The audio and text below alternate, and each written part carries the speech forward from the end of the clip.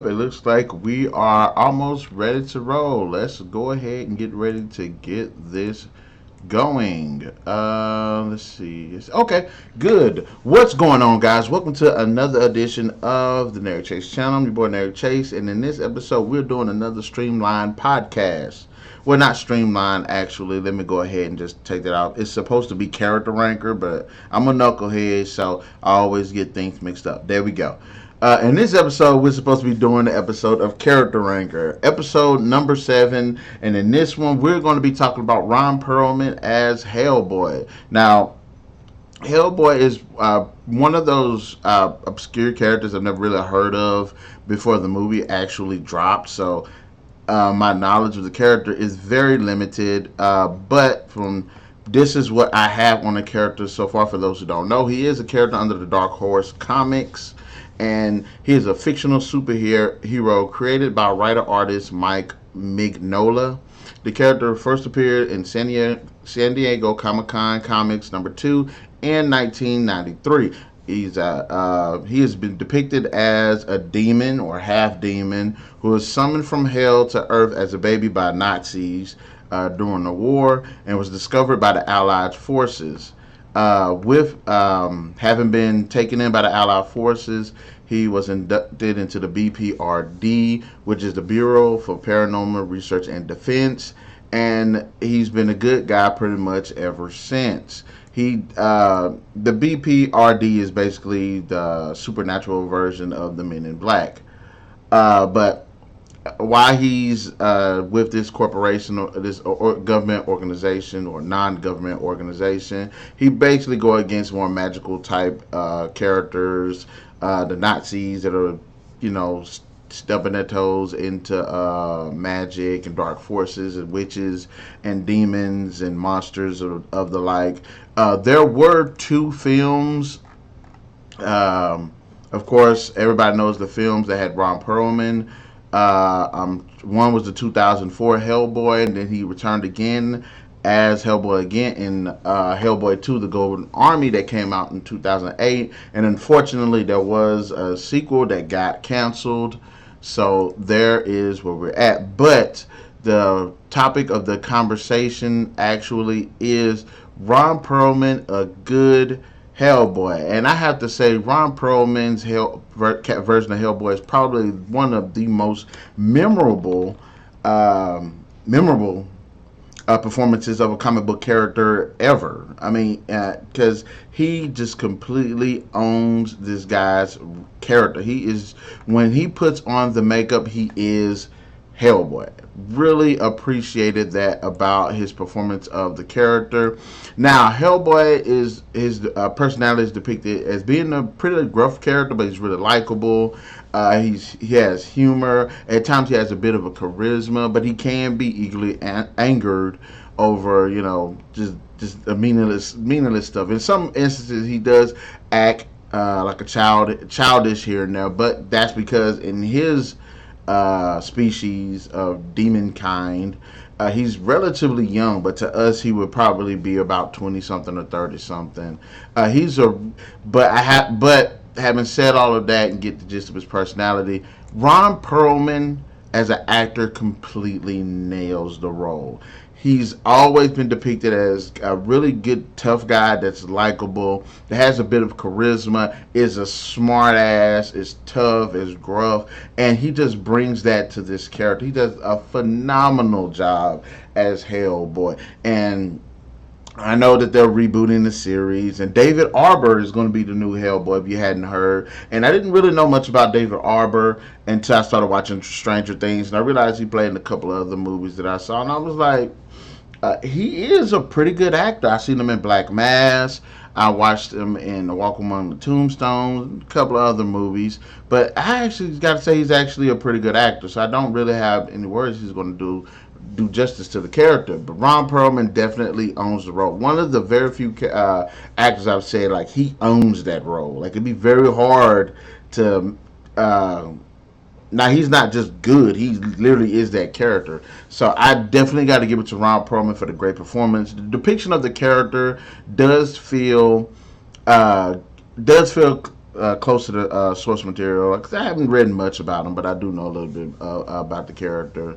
Um, and I think the depiction of the character himself, is actually just grounded. It feels like he's literally ripped from the pages of a comic book, and he's just he has that presentation about his character. And the main thing about his personality is that he's just a wise ass. He's just a smart ass.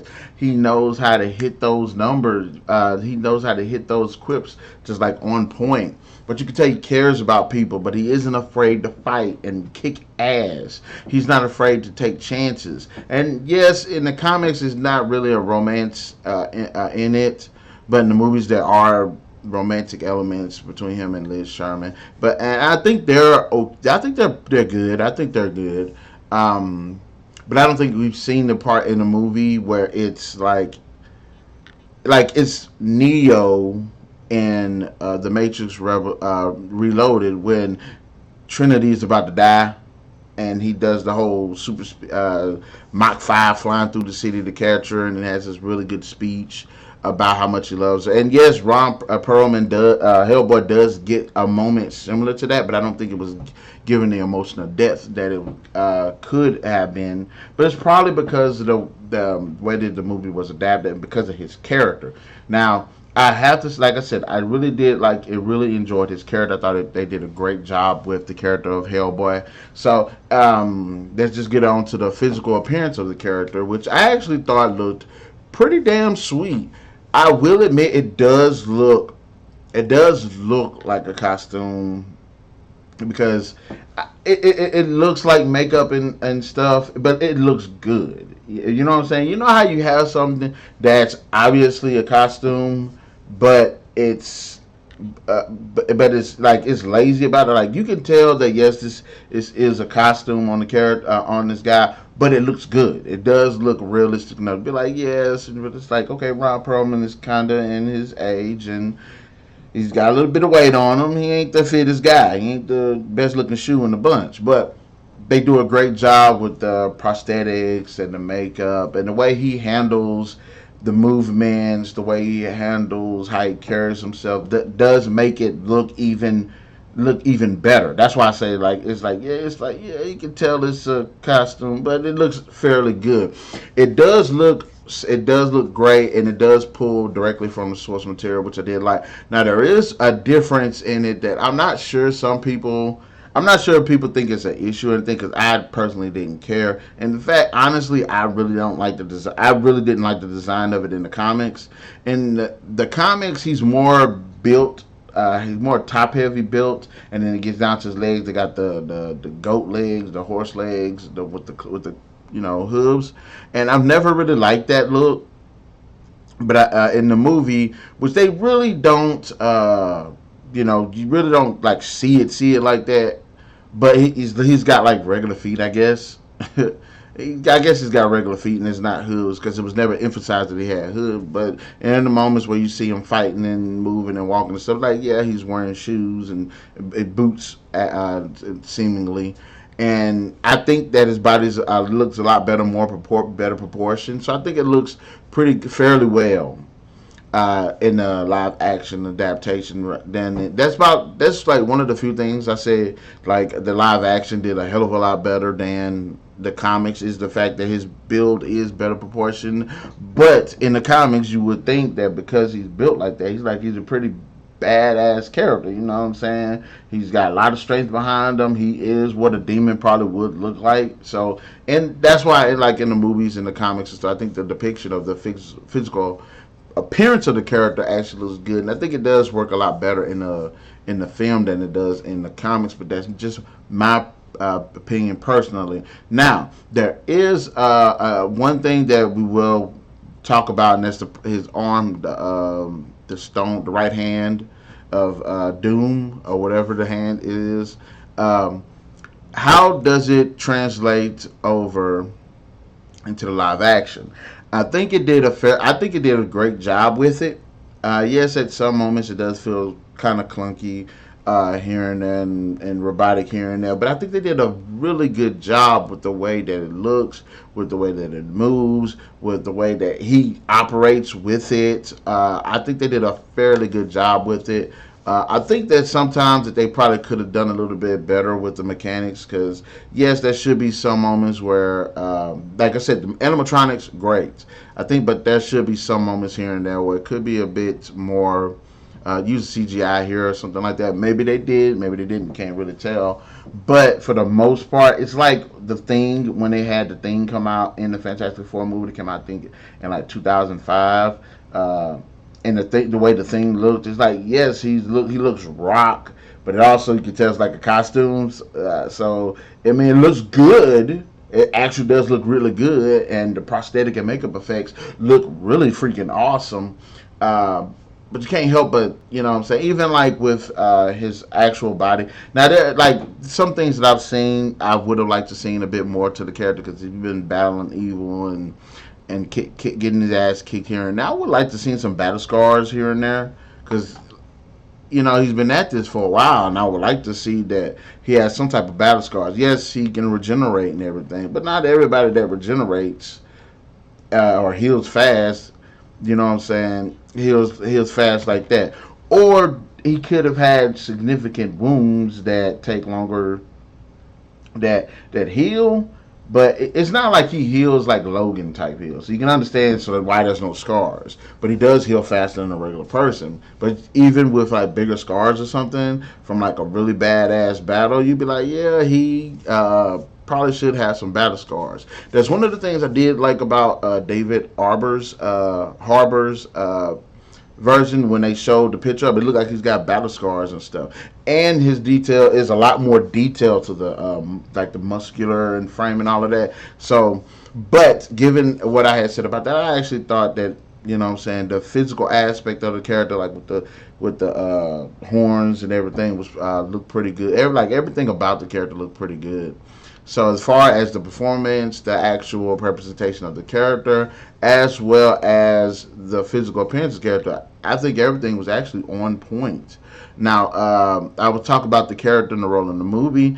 Like I said, I did bring up the fact that there was a bit of a romance in the movie, and the movie does, especially the fact both movies actually play on it, and they do form a central plot, the core to the plot of both of these movies. And I will admit that I thought it was pretty nice. And I liked Hellboy because at times he was very he felt playful, he felt childish, but at other times he was exceptionally serious. And I like characters like that can jump between back and forth between those different parallels because it shows it got a lot of depth and range. And I really like that. Uh, Now, obviously, in the first movie, Hellboy is the instrument to the world's destruction, and they play on that. And he's having to deal with, okay, my origin is this. I am basically the reason why the world ends. And I like how that movie follows that, but it goes back to the whole romantic part that actually is the reason for the resolution of the film. And then in the second one, it again somewhat plays a strong role of his character, and he does a great job of developing in both of the movies. Even though he does keep that Hellboy charm. So as so you know, just talking about Hellboy, just getting the thoughts out there. It's a fun character, it's a likable character, it's a pretty badass character. And I'm sorry that we're not going to see the third movie with Ron Perlman to go ahead and wrap it up. Now I know people don't like trilogies like that, but I do like trilogies like that. So it's like start, finish, start, middle, finish. But I am going to say this. In the end, Ron Perlman did a fantastic job as Hellboy. The man just completely owns that role, and he's up there with like Heath Ledger's Joker. He's up there with Christopher Reeve as Superman. He's up there with Hugh Jackman as Wolverine. He's up there with Robert Downey Jr. as Iron Man. Chris Evans as freaking, you know what I mean, Chris Evans as Captain America. He's definitely got the chops, the charisma, and the wit for the character. And he definitely owns that character. So I would say Ron Perlman as Hellboy definitely deserves a 5 out of 5. All right, then, guys, in the comment section below, y'all heard my thoughts about Ron Perlman. Let me know in the comment section what you think about it. Unfortunately, I didn't get a casting choice list up in next video. When I do another character rank, I will. But maybe I even come back in another video and continue this conversation with a character that, you know, casting choice for the Hellboy character. So, but anyways, guys, in the comment section below, let me know your thoughts about Ron Perlman as Hellboy. Tell me, did you agree with my points? Did you not agree with my points? Also, some things that I didn't point out that you know, go ahead and just let us know down there. Be sure to stay tuned on Thursdays for more videos, as well as this Thursday for more videos that I will be doing. And also be sure to hit that like, share, subscribe, and that notification button to get the best of what's going on this channel. And when we do put videos up, you'll be the first to know. So we'll definitely catch you guys later. NarikChase and Company, peace and out.